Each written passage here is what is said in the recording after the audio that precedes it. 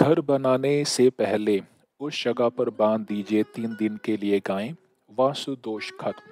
किस दिशा में हनुमान जी का चित्र लगाएं, घर से बीमारियां दूर हो जाएंगी। अगर शादी नहीं हो रही तो कर लीजिए एक आसान और अचूक उपाय। श्री शिवाय नमस्तुभ्यम। ओम नमः शिवाय सभी को। अगर आप घर बनाने जा रहे हैं और चाहते हैं कि वो वास्तुशास्त्र के हिसाब से बने तो कर लीजिए एक उपाय। जिस जगह पर आप मकान बनाने जा रहे हैं उस जगह पे 3 दिन के लिए गायें बांध दीजिए। गायें उस जगह को वास्तु दोष मुक्त कर देती हैं।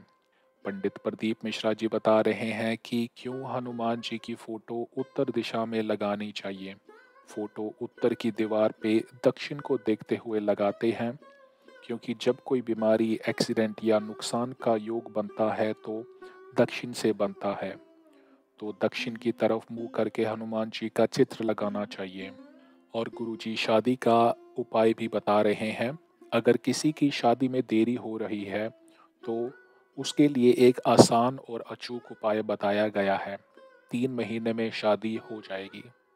उपाय समझने के लिए प्लीज़ वीडियो पूरा देखें और चैनल को सब्सक्राइब करके कमेंट कर दीजिए।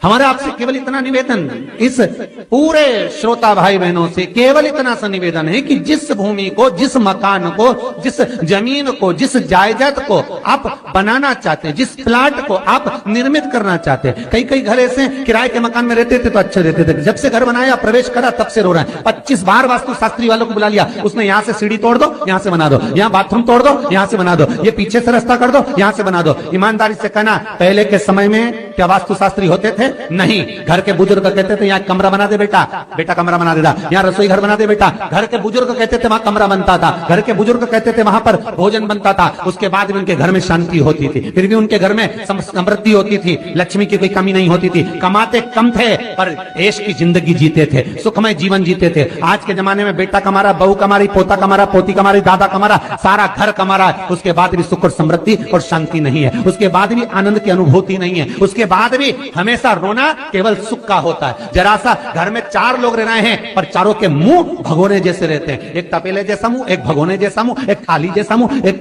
बल्टोई जैसा मुंह। सब कोई बोलने को तैयार नहीं, क्योंकि जब जब बोले तो बर्तन की आवाज आए तो बोलेगी। एक माँ बैठी टीवी के सामने, एक माँ बैठी, एक सोफे पे बैठा, बोले ही नहीं आपस में। वो सुख गया का महाराज। कई लोगों के मैसेज आते हैं, गुरुजी हम बड़े दुखी हैं। कारण क्या है? बस कारण इतना सा है कि आपने जब मकान का निर्माण कराया, वास्तु शास्त्री को बुलाया, इंजीनियर को बुलाया, सब ठेकेदार को बुलाया, सबको बुलाकर मकान, प्लाट, जमीन, जायदाद सब दिखवाया, पर आपने उस भूमि पर पद्म पुराण कहती है, धेनु मानस कहती है, स्कंद पुराण कहती है कि उस प्लाट पर आपने 3 दिन तक एक गौ माता को नहीं बांधा। 3 दिन तक एक गाय को उस प्लाट पर बांध कर चारा खिलाते। ना वास्तु शास्त्री को बुलाने की जरूरत पड़ती है, ना कभी समृद्धि की, ना सुख की जरूरत पड़ती, क्योंकि गाय उस जगह से सारी इंद्रियों को आनंदित देकर सुख प्रदान कर देती है। उस जगह के सारी रोग, बीमारी, कष्ट, तकलीफ, दुख को गौ माता खींच लेती। गौ माता जैसी जगत में कोई नहीं हो सकता। हाथ में घड़ी नहीं बांधती गौ माता, पर 4 बजे आपके यहाँ रोटी मिलती है तो 4 बजे खड़ी मिल जाती है। 3 बजे भोजन मिलता है तो 3 बजे आपके दरवाजे पे मिल जाती है। 1:30 बजे भोजन दोगे तो 1:30 बजे ही मिलेगी। 1:20 पे दोगे तो 1:20 पे ही मिलेगी। कोई घड़ी नहीं बांधती, फिर भी समय पर आ जाती है। क्यों? क्योंकि भगवान ने उसको ऐसा बनाया है, 33 कोटि देवताओं ने उसमें ऐसा विराजमान कर दिया है कि जगत का वो कल्याण कर सकती है। उसका एक एक अंश जीव का कल्याण करने वाला है, एक एक अंश जगत का उद्धार करने वाला है। पर हम ये आज के युग में हम उसको भूल गए। आज के युग में हम ये सोचते हैं कि हम वास्तु शास्त्री को बुला लें, वो ये बता दे, हमने ये फ्लैट बनाया, हमने ये मकान बनाया, इसकी छत कैसी, इसका कमरा कैसा, वो बता देगा, सब कुछ बता देगा। उसके बाद भी लोगों को क्या सुख नहीं है, उसके बाद भी शांति नहीं।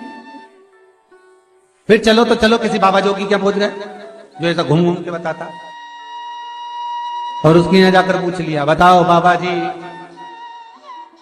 हमारे घर में शांति नहीं। तो बाबा जी एक ही बात बोले, तेरे ही घर का है जिसने कुछ कर दिया। अब इसको याद आया 15 दिन पहले मेरी जेठानी से लड़ाई हुई थी, उसी ने कुछ करा होगा।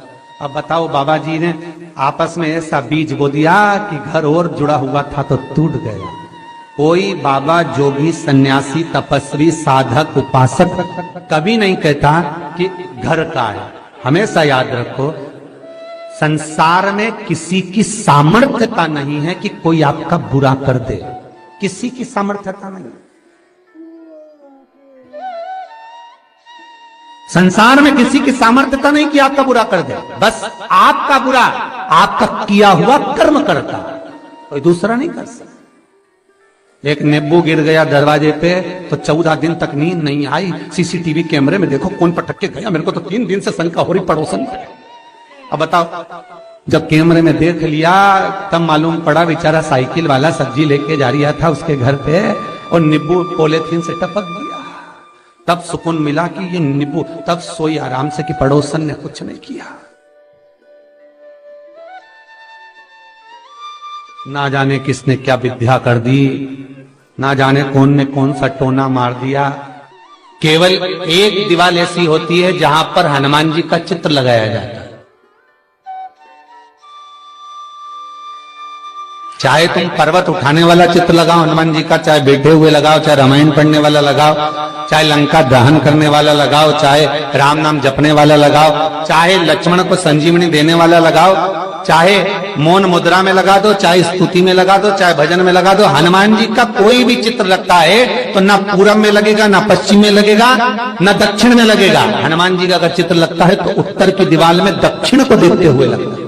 केवल एक ही स्थान।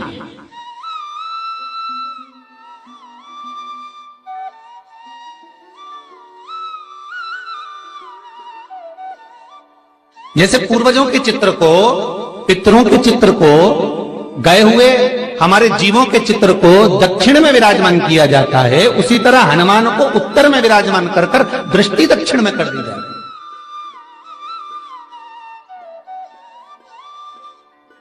घर में हनुमान जी के जितने फोटो होते हैं उसको केवल दक्षिण दिशा में लगा और उत्तर दिशा में लगा बिठा देते हैं और दक्षिण की ओर उनकी दृष्टि होना चाहिए, दक्षिण की ओर उनका मुख होना चाहिए।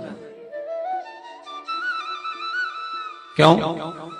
महाराज, अगर व्यक्ति के जीवन में कोई बीमारी आने वाली है, व्यक्ति के जीवन में कोई रोग आने वाला है, व्यक्ति के जीवन में अगर कोई कष्ट आने वाला है, व्यक्ति के जीवन में अगर कोई परेशानी आने वाली है, व्यक्ति के जीवन में कोई एक्सीडेंट का योग भी बनने वाला है, तो शास्त्र कहता है वो दिशा दक्षिण से ही बनता है।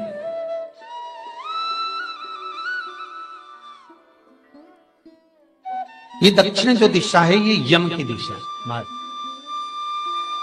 यहां संपूर्ण परिवार के साथ यमराज अपने आनंद में निवास करता है।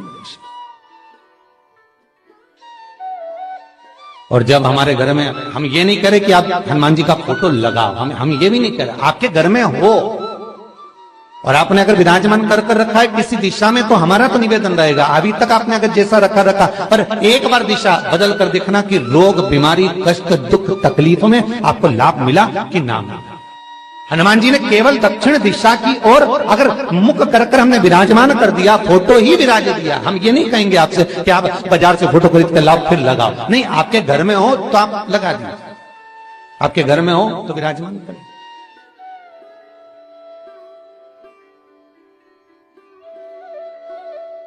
अच्छा, कितनी विपरीतता है वो भी आप जरा जानिएगा महाराज, कि शंकर भगवान के ऊपर जो जल चढ़ाया जाता है उसकी जलाधारी उत्तर में जाती है।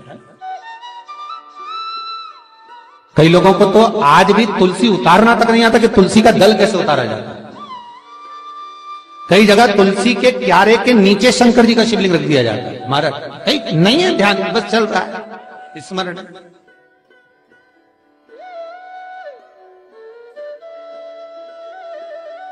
भगवान शिव का जो जल जा रहा है वो उत्तर की ओर जा रहा है और हनुमान जी को उत्तर में विराजमान कर कर मुख दक्षिण की ओर कर दिया गया। क्यों?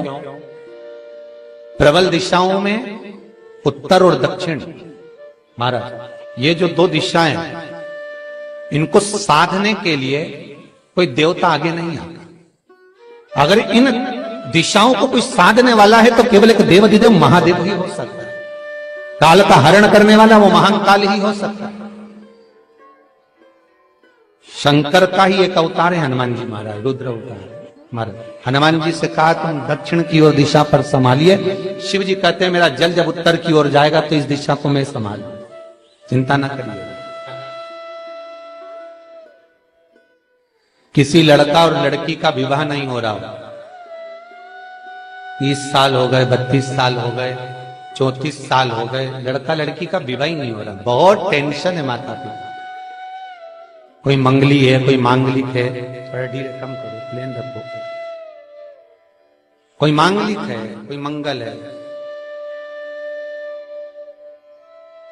संबंध हो ही नहीं रहा। बहुत प्रयास कर रहे हैं, बहुत। 4 दिशा का स्मरण करिए, पूरब पश्चिम उत्तर दक्षिण। हथेली पर आटे का दीप लगाइए, घी भर लीजिए और 4 बत्ती उसमें अलग अलग रख लीजिए महाराज।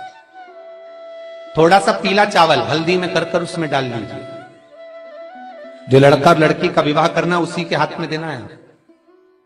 और देव उठनी एकादशी के दिन, जिस दिन देवता उठेंगे, जिस जगह पर तुलसी सालिग्राम का आप पूजन करते हो, गन्ने के नीचे, ईख के नीचे तुलसी का क्यारा रखकर पूजन करते हो, वहां पर भगवान शिव और भगवान नारायण का नाम लेकर उस दिए को रगवा दीजिए और वहीं पर हल्दी का तिलक उस लड़का या लड़की का कर दीजिए और उसके हाथ में थोड़ी सी हल्दी लगा दीजिए।